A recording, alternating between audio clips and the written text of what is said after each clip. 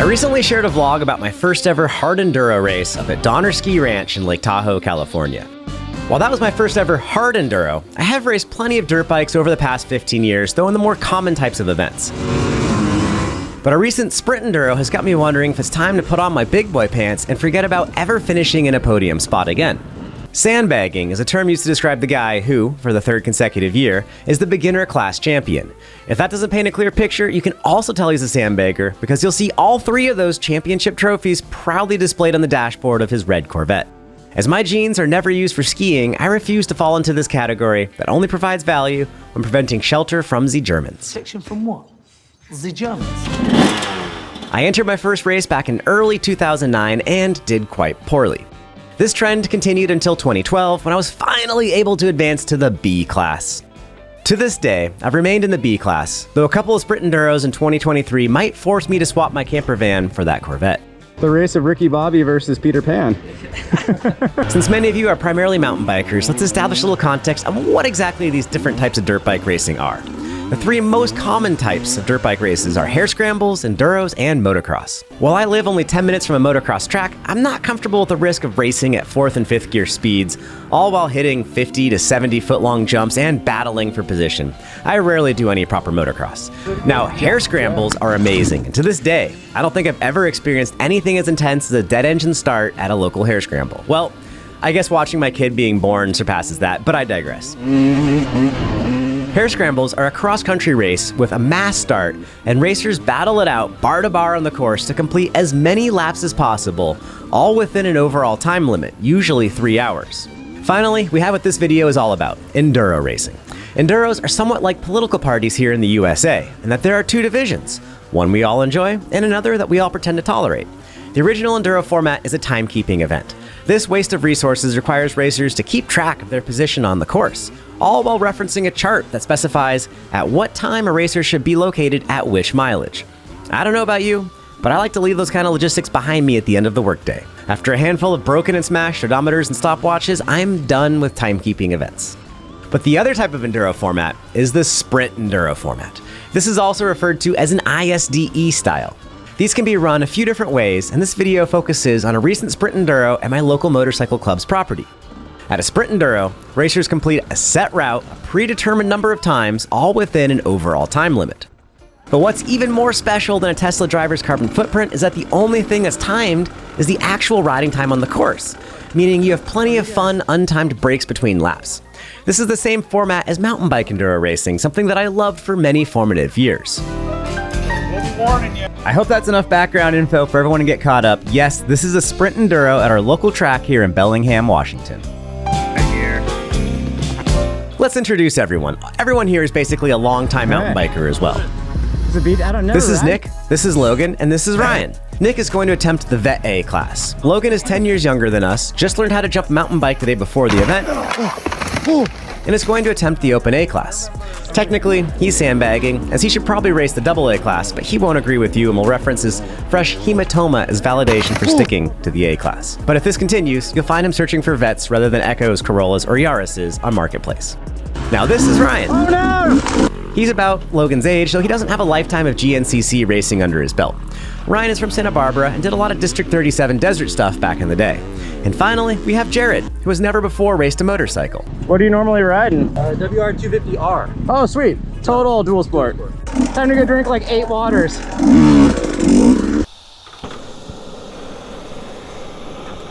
Wintertime in the Pacific Northwest is actually a great time to ride mountain bikes. However, it's a lot colder than it might look on camera. Right now it's well below freezing, and one of my favorite things about mountain biking in the winter is getting back to the car and warming up. I want to give a big thanks to my friends over at LMNT. LMNT's the same company that makes the electrolytes I use in the summertime, but in the wintertime, they do a limited edition chocolate medley. These are very simple: sodium, potassium, magnesium, just the basic electrolytes that you need, but they also throw in a little bit of cocoa powder in addition to some stevia to make for really yummy post-ride hot cocoa. I've got a link in the description below. It's over to the LMNT website. It's DRINK-LMNT, drinkelement.com/Jeff, Jeff.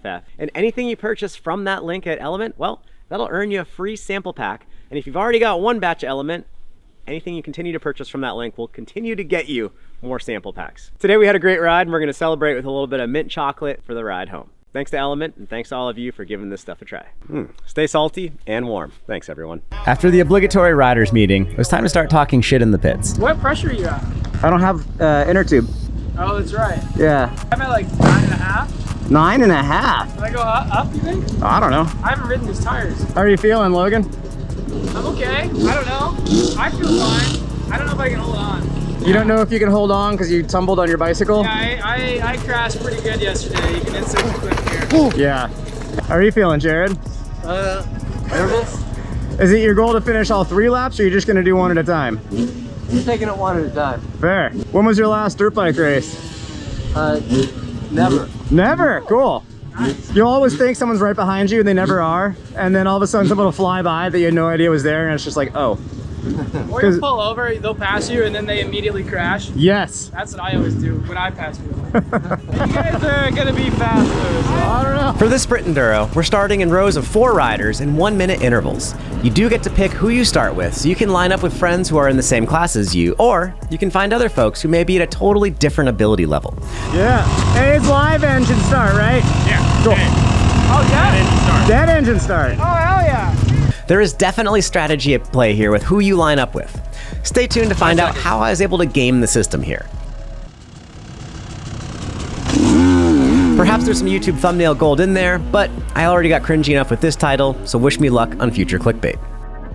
Lap 1, and somehow I got the jump on Logan. I hadn't actually ridden my dirt bikes once since that hard enduro, and immediately I had huge amounts of arm pump. I'm also making my #1 mistake when dirt biking. I stand up way too much.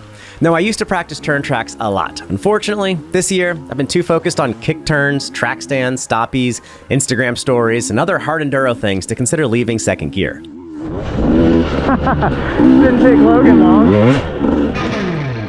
I don't really know why Logan rode behind me for so long, but after 6 minutes and 16 seconds, he finally realized that I neither claim to be nor actually am any good on a motorcycle. There goes Logan like a little bunny rabbit, sliding all over the place. He effortlessly made the pass, and do watch how quickly he disappears. Double A class next year, Logan, or Corvette. The choice is yours.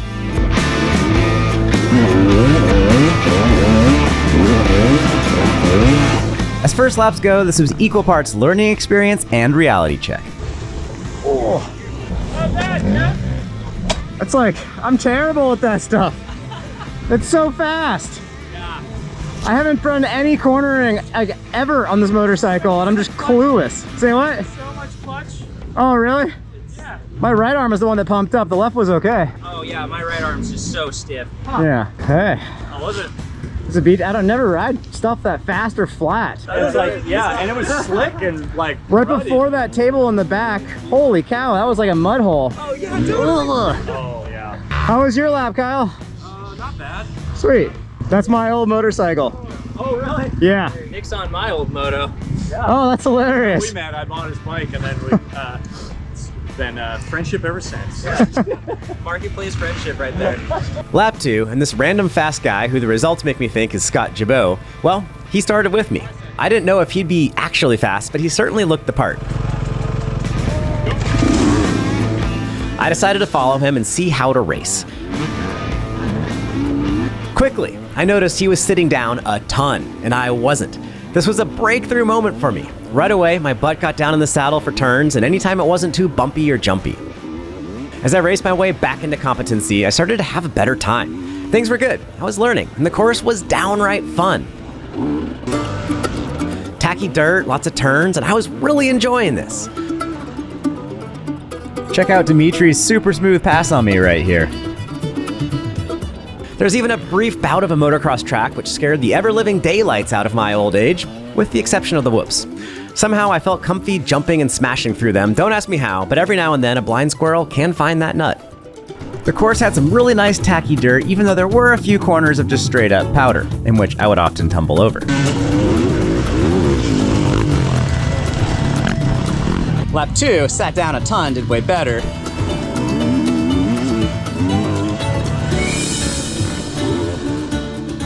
At this point, things were finally clicking. Race report, Jared. How's it going? Lap 1, done. Yeah. Nice. How'd it go?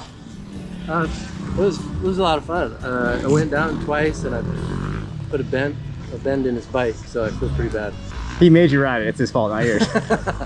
That's what I'm waiting to hear. While on his second lap, Nick would have a tragedy all of his own. I was on a straightaway and just, and then just wouldn't go after that. Your bike's dead? Yeah. Oh no! Another bike right here. Swap front fenders and pretend like nothing happened? Yeah, that's legit. I'm fucking tired after that pushback, dude. So you're still on a lap right now? Yeah. And I gotta take my card over there. No, you gotta take your card onto that bike and then... And then go sneak back on the course. Yeah. Hey, it wasn't to gain an advantage. Yeah. So, I mean, my time gotta be fucked. Dude, it's beer league bike racing. You're fine. I just often retie the tape that I rode through on that lap. And still only like a couple seconds slower. I had a good lap. Good save until that. It's like all of a sudden nothing. Yeah. That sucks, man. I knew the writing was on the wall anyway, like, so. I'm reinforced what I was saying to you. I started behind a double A guy. It's all right. And I knew, I like stayed on for like half a lap, which was super Then I fun. was like gonna have But to treat he's it nice. sitting down and then I all like the time. did that race. Wow. Yeah. And then I just started going. What's the double A guy you're following? I don't know, some dude on a Porsche YZ. With that Schuler blue jersey? No. That guy's passed me twice. He's hauling ass. And then he lost me on the fast open. The race of Ricky Bobby versus Peter Pan. Now it's time for lap 3 out of 5. Ugh. Let's keep it going. Headlight off for speed. Should make a big difference. Lap 3, and I would start with Ryan. And lap 3 would also be where I really had a turning point in this race. Ryan races a lot in the A class, and with that background of District 36 racing, he isn't afraid to send it in the fast bits. Quickly, we noticed that our skills were quite opposite. If I could still see Ryan's traffic cone inspired kit, I knew I was at a good pace. This at least set a great pace for me to try to maintain.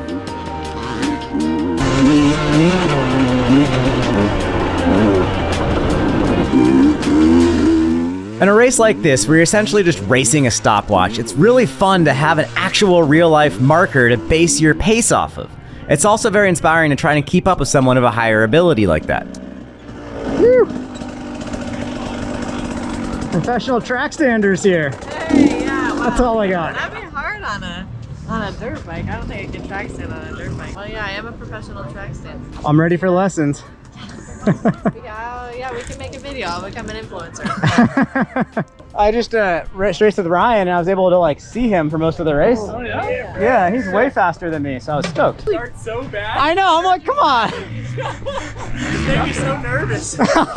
I rattled him on the start line. I flew like 3 quarters in a row and then eventually got my shit together. You can hear him behind you laughing. I could hear him laughing. I was like, oh, this is so bad. It was pretty comical. Good work, dude. I eventually pulled from you, but holy. Yeah, I caught kind of back up though. I could see you almost the whole race. Oh, I saw you, don't worry. I trimmed my headlight off for incognito mode. That was sweet. I'm stoked you have that bright colors because I'm like, oh, sweet. Yeah, you're easy to spot. Follow the traffic cone. Yeah. Yeah, how did your lap 3 go? Really good. I was behind that guy and he's really fast.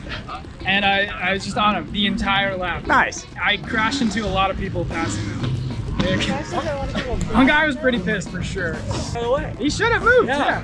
No, riders. Yeah, they weren't Spectators. Yeah, no. You were hitting spectators. Yeah, they're all over. No, it's a very good lap. I don't think I could do any better. How did your lap go, Nick? Did you finish? Exhausted, bro. Yeah. What? I broke both bikes on one lap. Ah. So there's a muffler out there somewhere? Yeah, I gotta go get it. Hopefully it's cooled off now and you can pick it up. But. So here we are by the end of lap 3, and our friend Nick, who's a professional mechanic and a good one, I promise you, has actually had 2 catastrophic bike malfunctions. Well, while the 250 did indeed explode, the 350 just simply lost its exhaust on course. So Nick's probably gonna be pinned, trying to blow that thing up. I'm sorry, Nick, but I've got to publish this. It's just too ironic. For lap 4, I'll be starting next to both Nick and Ryan. Nick grew up racing at this track, and he was actually known as Nicky Carmichael as a child. Ryan has always been super fast, so I buckled up and followed both of them.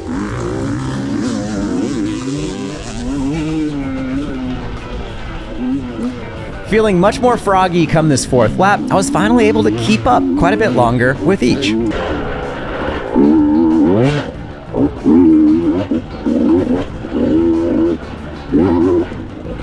Since this was lap 4, the distance and effort was starting to take its toll on a lot of the other competitors. As a mountain biker, I've got a pretty decent fitness base, so this is kind of where I can shine a little bit. And on lap 4, there was a ton of passing, which is honestly a whole lot of fun. Thanks, bro.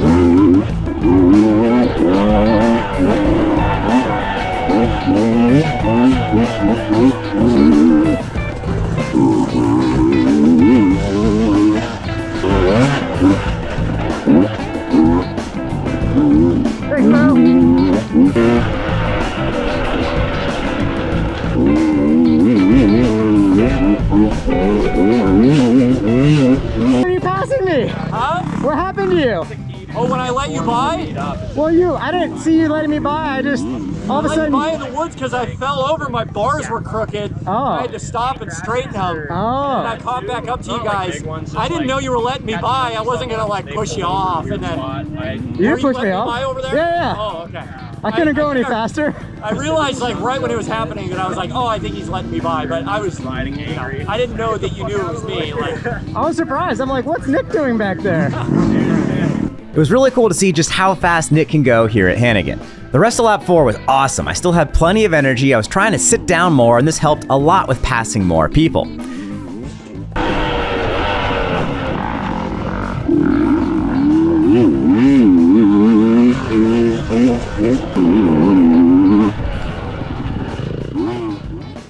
Logan had not taken as many breaks and sure enough had finished his 5th and final lap. Check out his post-race interview. How did your race go? I don't know yet. I had a great time though. You had a great time. The thing about this type of racing is nobody knows. Yeah. You just No, it was really good. Lap just find out. Lap 2, 3, 4. 3, 4, and 5. Super good. All smooth, no mistakes, fast. Didn't get arm pops. But the most important question, did any other polo shirts pass you when you were out there? Absolutely not. Yeah, I'm actually getting passed by yeah. Ryan and I still had to head out and do our final lap, so we lined up together, and I was feeling good. I figured this would be my best chance to hang to Ryan's back tire for as long as possible. Unfortunately, a lot of the short course racers only did 3 laps, so at this point there was a lot less passing because it was only the faster dudes on course. Final 5 laps wrapped up. Check out this pile of element right here. I've been through at least 5 today, probably more. It was warm out there, and that last lap was definitely a heater.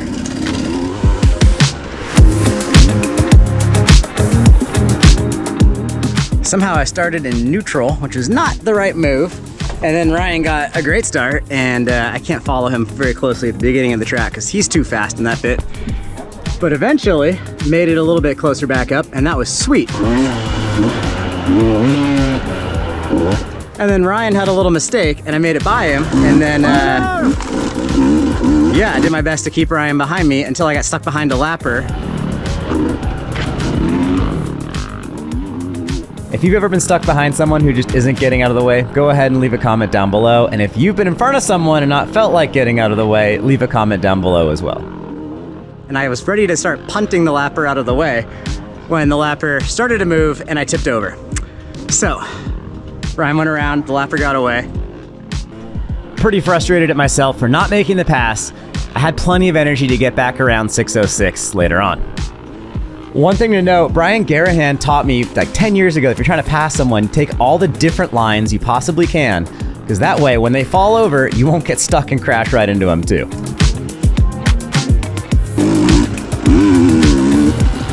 Nick definitely wins the award for most broken down motorcycle, ×2. Logan wins the award for best flannel, ×1. Nick wins the award for wearing last year's t-shirt also. Oh yeah. It's the same as this year's t-shirt. The number's just different. Yeah. Did you win, AA? Double A, yeah. No, Are you sandbagged? I'm not a double A rider. Not right now. I think if I got, I don't know. I'm very curious. Overall, had a great time. Could have. You won best flatbed category. I was gonna give you the best polo and Carhartts award. Yes. Yeah, I love these pants. I ride them. They're all I ride in ever.